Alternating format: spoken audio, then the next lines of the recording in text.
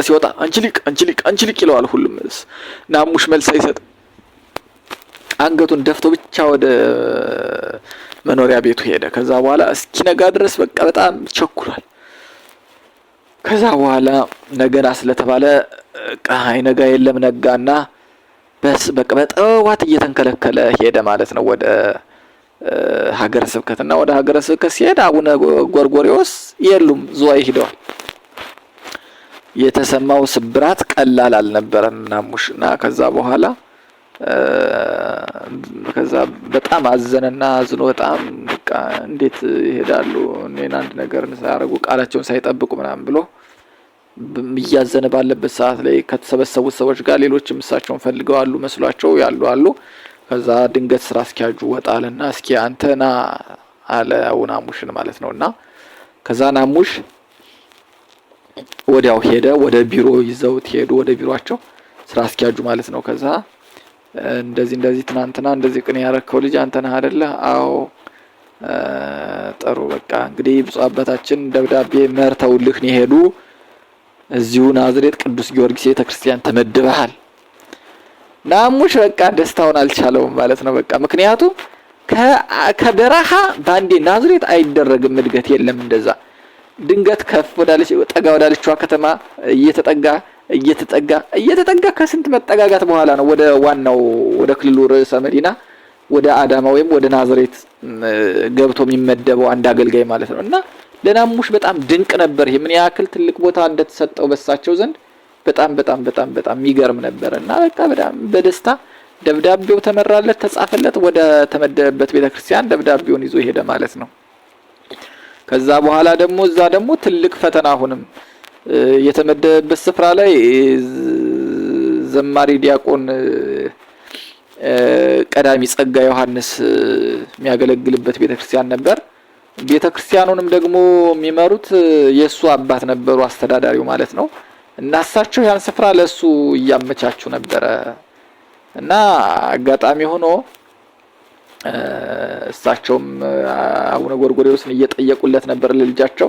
ግን አቡነ ጎርጎርዮስ ያን ነገር ትተው ነው በቃ ለናሙሽ አሳልፈው የሰጡት ያን ቦታ። ምክንያቱም ለናሙሽ በጣም ስለሚገባውና ለናሙሽ ስለራሩለት ማለት ነው እንጂ ለዛ ነበር ቦታው ተመድቦ የነበረ።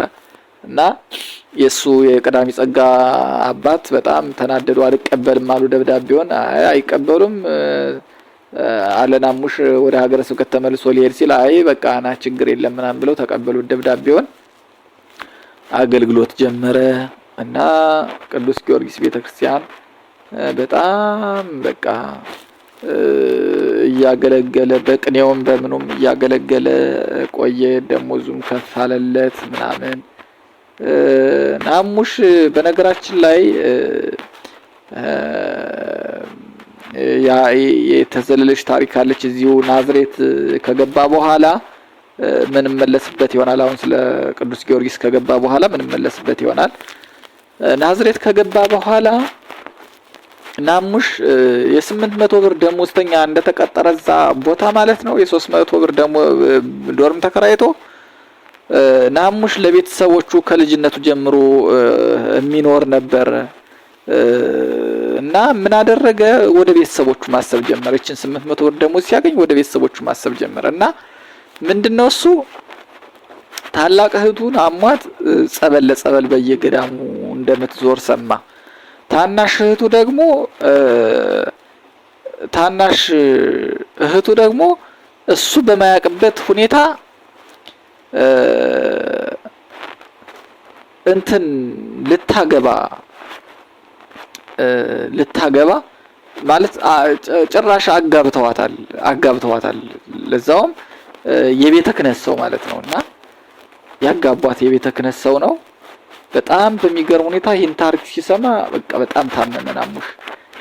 ትምህርቷን ሳትጨርስ ታናሽ ያችም ደግሞ በጤናዋ ጉዳይ ለምንድነው አለና የወሰነው ውሳኔ ምንድነው? በ800 ብር ደሞዝ ለማኖር እሱ ጋር እንዲመጡ ወሰነ ሁለቱም። እና ሁለቱም እንዳለው መጡ። ታናሹን ወዲያው 8ኛ ክፍል አስመዘገበ፣ እያስተማረ ነው። ታላቋን ስራ እያፈላለገላት ነው። ጤናዋን እያስተካከለ በጸበልም በምንም ስራ እያፈላለገላት ነው። እና ስለዚህ ኑሮ ለናሙሽ በጣም በቃ የማይታሰብ ሆነ ማለት ነው። ከባድ ሆነ። ስለዚህ ናሙሽ ተጨማሪ ስራዎችን መስራት ተገደደ ማለት ነው። እሱም ምን አደረገ? አዳር ፋብሪካ መስራት ጀመረ። ቀን ደግሞ ፕላምፒንግ ተምሮ በጨረሰበት ቧንቧ ምናምን ከሚሰሩ ሰዎች ጋር እዛ ጉድጓድ ሲቆፍር ይውላል። እሁድና በወር አንዴ ለገብርኤል ደግሞ ቤተክርስቲያን አገልግሎት ይሄዳል። እና በተለይ ቧንቧ ቁፋሮ እንዳል ፀሐይ ሲያርፍበት ስለሚውል ናሙሽ በቃ ወደ ሌላ ማንነት ተቀየረ። በቃ ጥውልግ ያለ ጠቋቆረ። በቃ ልብሱ ሲቀደድ ራሱ ማንም ቸክ አያደርገውም። በቃ ራሱን ረስቷል። ማታ እዛ ፋብሪካ ማሽኑ ምንም ሲጮህበት ነው የሚያድር። እንቅልፍ አይተኛም። ናሙሽ ያለችው ጊዜ ምንድናት? ይቺ አዳር ያድርና ጠዋት በዛው በፋብሪካው መኪና ወደ ቧንቧ ስራ የሚሰሩበት ይሄድና ከዛ 11 ሰዓት ስለሚወጣ 11 ሰዓት ወደ ቤት ሄዶ ያቺ ከ11 ሰዓት እስከ 12 ሰዓት ያለችዋን ጊዜ ብቻ ነበር የሚተኛ ናሙሽ ማለት ነው። እና በሚገርም ሁኔታ ናሙሽ በእንደዛ ሁኔታ ውስጥ እርር ብሎ ማለት ነው። በጣም እርር ብሎ የመጨረሻ በጣም ጉዳት እያስተናገደ ያለበት ሁኔታ ነበርና እንደዛ ሆኖ ኑሮን መግፋት ጀመረ በጣም በሚገርም ሁኔታ። እና በቃ እጅግ በጣም ስቃይ ውስጥ ነው የነበረውና አጋጣሚ እዛ ምድረ ከብድ ገዳም በነበረ ሰዓት ላይ የዛ አካባቢ ተወላጅ የሆነች ልጅ ግን ናዝሬት የምትኖር ልጅ ናት።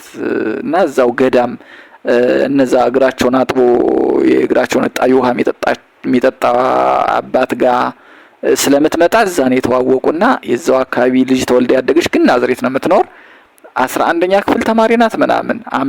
አምሳለ ወርቅ መርሻ ትባላለች። እዛ ስለምታውቀው ናዝሬት ስታገኘው እጅግ በጣም ደስተኛ ሆነች። እና በቃ የናሙሽን ልፋት የቤተሰቡን ፍቅር ምናምን ስታይ ለቤተሰቡ ያለውን ፍቅር ስታይ ያው